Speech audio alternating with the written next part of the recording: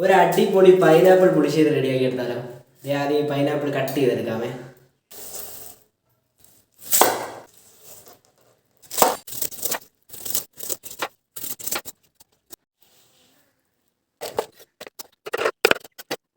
പൈനാപ്പിളും പച്ചമുളകും കട്ട് ചെയ്ത് മാറ്റി വയ്ക്കാം. ശേഷം ഒരു മൺചട്ടി എടുത്ത് സ്റ്റൗ കത്തിച്ചു കൊടുക്കാം. അതിലേക്ക് കട്ട് ചെയ്ത് വെച്ച പൈനാപ്പിളും പച്ചമുളകും കറിവേപ്പിലയും ആവശ്യത്തിന് വെള്ളം ഒഴിച്ച് ഉപ്പും മഞ്ഞൾപ്പൊടിയും ശർക്കരയും ഇട്ട് നല്ലവണ്ണം മിക്സ് ചെയ്ത് കൊടുക്കാം. ഇതിങ്ങനെ വെന്ത് വരുമ്പോഴത്തേക്കും നമുക്കൊരു ജാർ, അതിലേക്ക് ആവശ്യത്തിന് തേങ്ങ, ജീരകം, 2 പീസ് പച്ചമുളക്, 2 കുരുമുളക്, ആവശ്യത്തിന് വെള്ളം ഒഴിച്ച് നല്ലപോലെ ഒഴിച്ചു കൊടുക്കാം. അടിപൊളിയായിട്ട് മിക്സ് ചെയ്ത് കൊടുക്കാം. നല്ലപോലെ തിളച്ച് പച്ചമണം ഒന്ന് മാറി വരുമ്പോഴത്തേക്കും 1 കപ്പ് തൈര് മിക്സിയിലടിച്ച് ഒഴിച്ച് നല്ലപോലെ മിക്സ് ചെയ്ത് കൊടുക്കാം.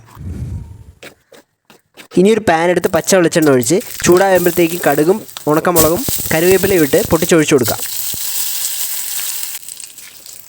ഇത് നമ്മുടെ പുളിശ്ശേരി ready ആയിട്ടുണ്ടേ.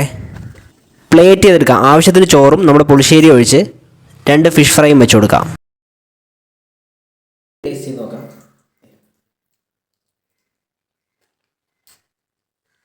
Very good, super. Try ചെയ്യാം.